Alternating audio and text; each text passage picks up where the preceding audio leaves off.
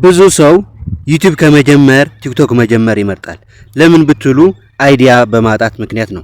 የዩቲዩብ አይዲያ በማጣት ብቻ ከዩቲዩብ ቲክቶክ የመረጣችሁ ሰዎች ዩቲዩብ አይዲያችሁ ምን መሆን አለበት፣ ምን አይነት አይዲያ መያዝ እንዳለባችሁ በዚህ ቪዲዮ እነግራችኋለሁ። በስተመጨረሻም ዩቲዩብ ነው የሚሻለው ወይስ ቲክቶክ የሚለው ነገር እነግራችኋለሁ።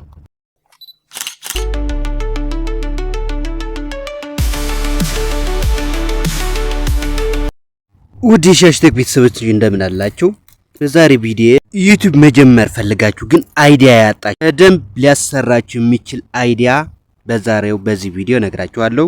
በመግቢያው ላይ እንደነገርኳችሁ አብዛኛው ሰው ቲክቶክ ይመርጣል። ቲክቶክ ለምንድን ነው የሚመርጠው የሚለው ነጥብ ካየን ቲክቶክ አጫጭር ቪዲዮዎች ነው በእርግጥ ፖስት የምናደርገው፣ ግን ሀሳቡ ስለምንድን ነው ማለት አብዛኛው ሰው አሁን የምታዩት ቲክቶክ ላይ ዝም ብሎ መደነስ ነው፣ መሳደብ ነው፣ ሌላ እንትን የለውም። ዘላቂ የሆነ ሀሳብ ያላቸው ጥቂት ክሬተሮች ብቻ ናቸው።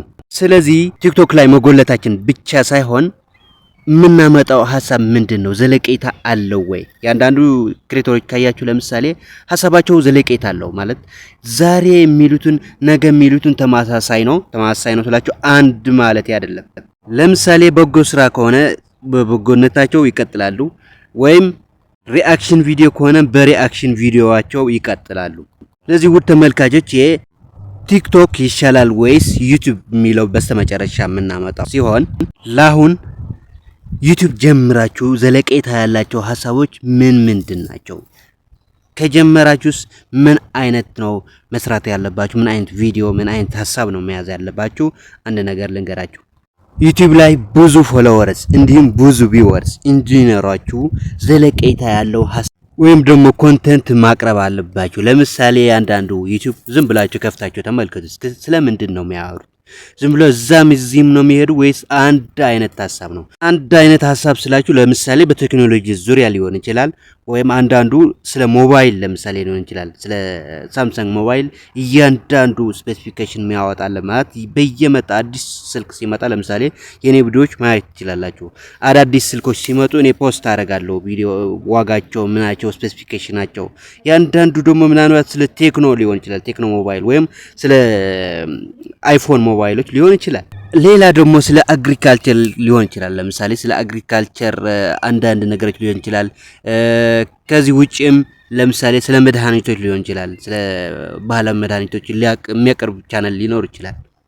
ስለዚህ የምናቀርበው አይዲያ በእውቀት የተመረኮዘ ሊሆን ይገባል።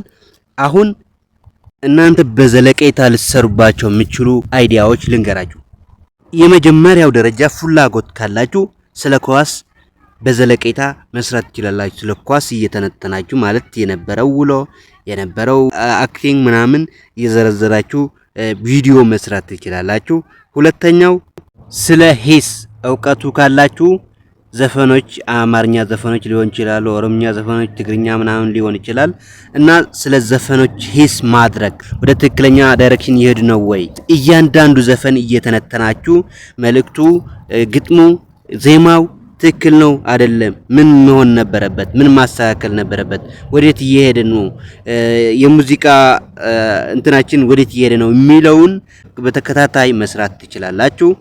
ሶስተኛው ስለ አስገራሚ ሀቆች ተከታታይነት ቪዲዮ ወይም ዩቲዩብ ላይ መስራት ትችላላችሁ። ለምሳሌ ከዓለማችን ትልቁ ህንጻ ለምሳሌ የትኛው ነው? ምን ያህል ቁመቱ?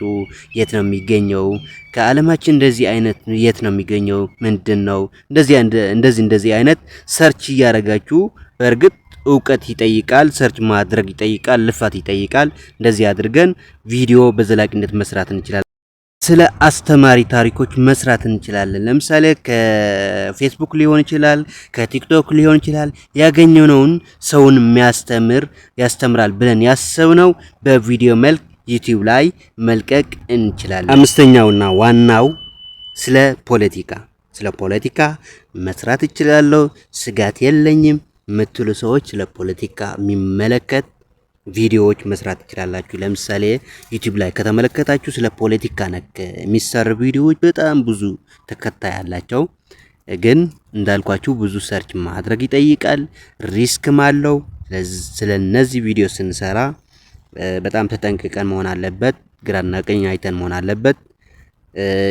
ድምዳሜ ስንሰጥ ራሱ እንትና እንዳለው እንደዚህ በዚህ ላይ እንደተገለጸ በማለት መሆን አለበት። የራሳችን እንትን ማለት የለብንም። ሪስኩ ራሳችን መውሰድ አለብን። ስለዚህ ውድ ተመልካቾቼ እነዚህ 5 የዩቲዩብ አይዲያዎች በጣም ወሳኝ ናቸው። ብዙ ፎሎወሮች ልታገኙባቸው፣ ብዙ ቪወርስ ልታገኙባቸው የምትችሉ ሀሳቦች ወይም አይዲያዎች ናቸው። ውድ ተመልካቾቼ ፎሎወር ባንዴ አይመጣም። በዘለቄታ ስትሰሩ ነው ዩቲዩብ አልጎሪዝም ራሱ ኖቲፋይ የሚያደርግላችሁ። በዘለቄታ ስትሰሩ በስኬጁል ስትሰሩ ነው። ቪዲዮዋችሁን በጣም ረጅም መሆን የለበትም። አጭር ለምሳሌ 4 ደቂቃ 5 ደቂቃ እስከ 10 ደቂቃ መሆን አለበት። ከዛ በላይ ከሆነ በጣም ፎሎወር አለኝ የምትሉ ከሆነ ነው ከዛ ወደ 20 ወደ 30 ደቂቃ የምትሄዱ። ለምሳሌ ኔቲቭ ፎረም ከ20 ደቂቃ እስከ 15 እስከ 20 ደቂቃ ይደርሳሉ። ለምን? ብዙ ፎሎወር አላቸው። ለምሳሌ 1 ሰዓት ቢያደርጉትም ምናልባት የሚከታተላቸው ሰው አይጠፋም፣ ግን ፎሎወራቸው ሊቀንስ ይችላል። እና ውድ ተመልካቾቼ ይህ ነገር አስቡበት። በስተመጨረሻም ውድ ተመልካቾቼ ዩቲዩብ ይሻላል ወይስ ቲክቶክ በየትኛው ቪዲዮ ብንሰራ ይሻላል ምትሉ ካላችሁ ቲክቶክ አጫጭር ቪዲዮዎች ነው ፖስት ማድረግ የምንችለው። ስለዚህ በዛ አጭር ደቂቃ አሳማኝ የሆነ ምክንያት ወይም የሚያስቅ አሊያም አሪፍ የሆነ መልእክት የያዘ ቪዲዮ መስራት አለብን። በዩቲዩብ ከሆነ ረዘም ያለ ቪዲዮ ነው፣ አጠቃላይ ዲቴይል ያለው ነው። ስለዚህ በዩቲዩብ ብዙ ሳንጨናነቅ ነው የምንሰራው። ቲክቶክ ላይ በጣም ብዙ መጨነቅ አለብን፣ ብዙ መስራት አለብን። ስለዚህ ከጊዜ አንጻር ከሀሳብ አንጻርም ዩቲዩብ የተሻለ ነው። ከፍለው ክፍያም እሱ ይሻላል ማለት ሞኔታይዝ ካደረገ ቻናላችን። ስለዚህ ዩቲዩብ ተመራጭ ነው። ብዙ ጊዜም አናጠፋበትም።